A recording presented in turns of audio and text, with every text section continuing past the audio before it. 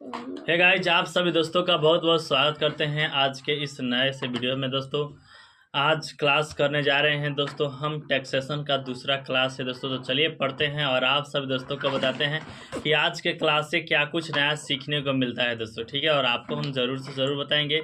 तो वीडियो में बनने से पहले आप हमारे चैनल को सब्सक्राइब कर लीजिए दोस्तों, ठीक है। चलिए पढ़ते हैं, उसके बाद आपको बताते हैं।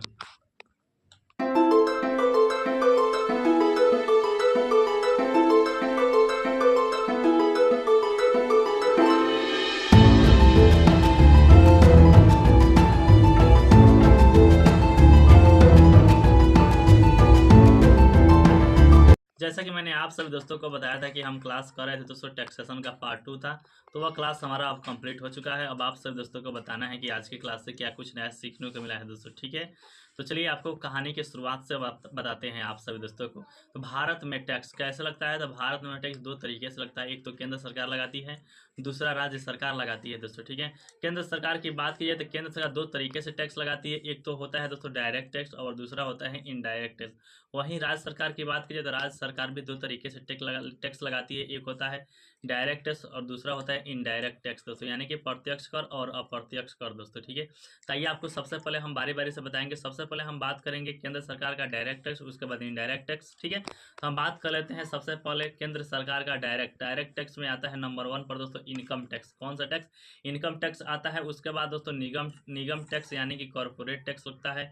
तीसरा होता है दोस्तों संपत्ति पर कट, जो संपत्ति पर जो टैक्स देते हैं संपत्ति वेल्थ टैक्स लगता है। उसके होता है पूंजी लाभ टैक्स। उसके बाद होता है दोस्तों लाभांश वितरण कर। उसके बाद होता है प्रतिभूति लेन देन कर, न्यूनतम वैकल्पिक कर, और उसके बाद एक और लास्ट में होता है दोस्तों अनुषंगी लाभ कर दोस्तों, ठीक है।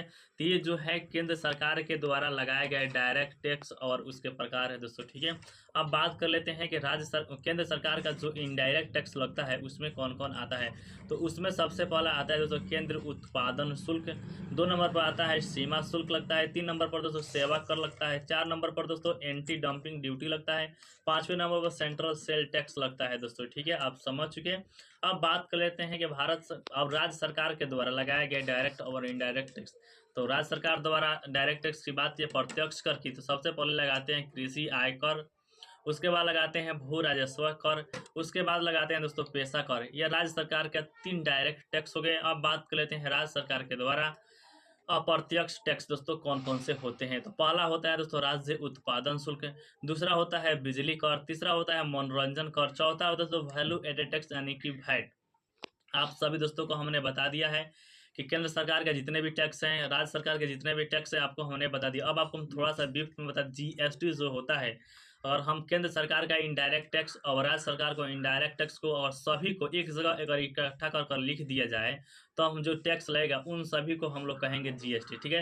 तो जो आप समझ चुके हैं, जैसे कि हमने आपको बताया केंद्र सरकार जो भी टैक्स है, राज्य सरकार का जो भी इनडायरेक्ट टैक्स है, तो इन सारे स्थानों पर हम जीएसटी पे करते हैं दोस्तों, ठीक है। अब बात कर लेते हैं भारत में टैक्स कैसे दिया जाता है, यानी कि टैक्स स्लैब कैसे है। तो भारत में दो तरीके से टैक्स दिया जाता है। एक तो है दोस्तों ओल्ड रिजिम दोस्तों, और दूसरा है न्यू टैक्स रिजिम दोस्तों, ठीक है। तो आइए आपको बारी बारी से हम बताते हैं। सबसे पहले हम बात करेंगे ओल्ड टैक्स रिजिम, उसके बाद दोस्तों बात करेंगे न्यू टैक्स रिजिम की दोस्तों, ठीक है। तो आइए आपको बताते हैं।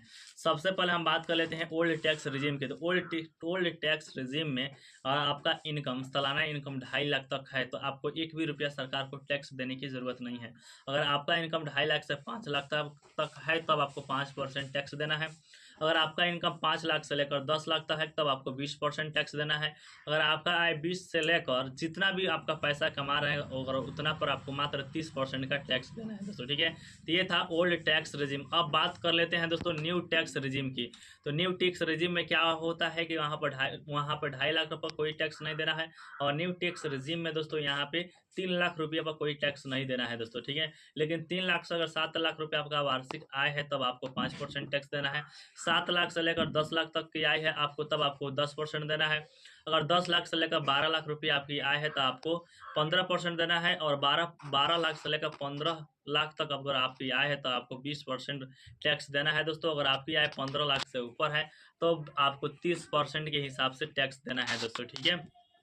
अब बात कर लेते हैं ओल्ड टैक्स रिजिम में हमको मिलता है 50,000 का स्टैंडर्ड डिडक्शन जो ठीक है दोस्तों। अब बात कर लेते हैं न्यू टैक्स रिजिम में, तो इसमें दोस्तों 75,000 का टैक्स रिडेंशन मिलता है दोस्तों। उसके बारी से बताया गया है कि कैसे कैसे स्लैब निकाला जाता है, तो वो आपको हम बताएंगे नहीं। अगर जानना है तो आप हमारे टेलीग्राम चैनल को सब्सक्राइब कर सकते हैं दोस्तों, जुड़ सकते हैं वहाँ पे।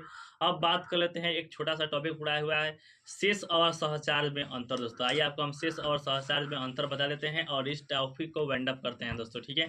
तो जो शेष होता है, हम एक तरफ शेष लिख दिए हैं और दूसरी तरफ सहचार्ज लिखे, आइए आपको बताते हैं। शेष की बात की जाए तो शेष हर व्यक्ति, जो भी पैसा आप कमा रहे हैं, हर व्यक्ति को आपको शेष देना होता है। लेकिन बात की जाए सहचार्ज की, तो अगर आपकी आय 50 लाख से अगर ऊपर है तब आपको सहचार्ज पे करना होता है दोस्तों, ठीक है। अब बात कर लेते हैं जो आपका शेष है, यह किसी विशेष नाम से लागू नहीं होता है, लेकिन आपका सहचार्ज है यह किसी विशेष नाम से लागू होता है दोस्तों, ठीक है। जैसे कि आपको बता दिया जाए 50 लाख से लेकर आपकी आय 1 करोड़ है, तब आपको 10% सहचार्ज लगेगा। अगर आपकी आय 50 लाख से लेकर 1 करोड़ से लेकर अगर 2 करोड़ है तब आपको लगेगा 15%। अगर आपकी आय 2 करोड़ से अबव है तब आपको दोस्तों 25% सहचार्ज आपको पेमेंट करना है दोस्तों, ठीक है। अब बात करें जो शेष और सहचार्ज से जितना भी अगर केंद्र सरकार को पैसा आएगा, उस पैसे को राज्य सरकार में केंद्र सरकार 1 भी रुपया नहीं देगी दोस्तों, ठीक है। आपको हमने बता दिया। अब उसके बाद एक और टॉपिक थोड़ा सा पढ़ा हुआ है, निगम कर। निगम कर क्या होता है, तो आप सब तो जानते हैं कि कंपनियों के लाभ पर यह टैक्स लगता है दोस्तों, ठीक है। और यह मान लीजिए घरेलू कंपनी है तब आपको देना होगा 25%, वहीं अगर विदेशी कंपनी है तब उनको कॉर्पोरेट टैक्स देना है 35% दोस्तों, ठीक है। उसके बाद कैपिटल गेन टैक्स के बारे में थोड़ा सा पढ़ाई हुआ है और यह क्लास यहीं पर समाप्त हो गया है दोस्तों, ठीक है। तो यह क्लास आपको कैसा लगा नीचे कमेंट कर बता दीजिएगा। मिलते हैं नेक्स्ट वीडियो में, तब तक के लिए thank you, most welcome video इतना वॉच करने के लिए।